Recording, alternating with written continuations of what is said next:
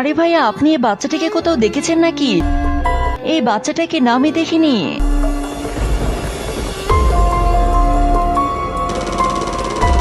আরে ভাইয়া দাঁড়ান, আপনি এই বাচ্চাটাকে কোথাও দেখেছেন নাকি?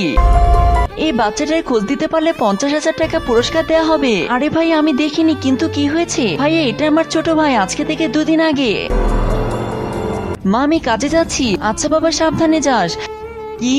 হ্যাঁ ভাইয়া, আপনি কোথাও দেখে থাকলে বলুন, আমার মা অনেক চিন্তা করতেছে। মা চিন্তা করতেছে, কিন্তু ভাইয়া আমি কোথাও দেখিনি। ঠিক আছে ভাই, আপনি যদি কোথাও দেখতে পান তাহলে আমাকে অবশ্যই বলবেন। এই নিন আমার ফোন নাম্বার। আচ্ছা তুমি চিন্তা করো না, আমি যখনই পাবো তখনই তোমাকে ফোন করব। ঠিক আছে ভাইয়া। আরে বাসগুলো বের হওয়ার সময় হয়ে গেছে, ড্রাইভার সাহেব এখনো আসেনি। 1 2 3 4 এই সবগুলো যাওয়ার সময় হয়ে গেছে, কিন্তু ড্রাইভার সাহেব এখনো আসেনি। এই পাগলটা তো ওর মাথা খারাপ করে দিবে, প্রতিদিন বাসের এখানে এসে রং নষ্ট করে। আজকে একে আমি ছাড়বো না। এই ভাইয়া 1 কাপ চা দিও।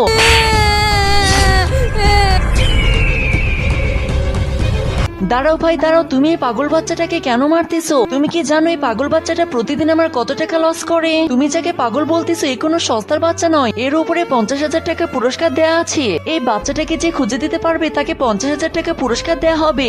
আজকে দেখবো শয়তানকে হারিয়ে কে কে আল্লাহকে ভালোবাসে। যারা আল্লাহকে ভালোবাসে তারা ভিডিওতে লাইক করে চ্যানেলটা সাবস্ক্রাইব করে দাও। আর শয়তানকে ভালোবাসলে লাইক সাবস্ক্রাইব করার কোনো দরকার নেই, আর কমেন্টে আল্লাহু আকবার লিখে যাবে।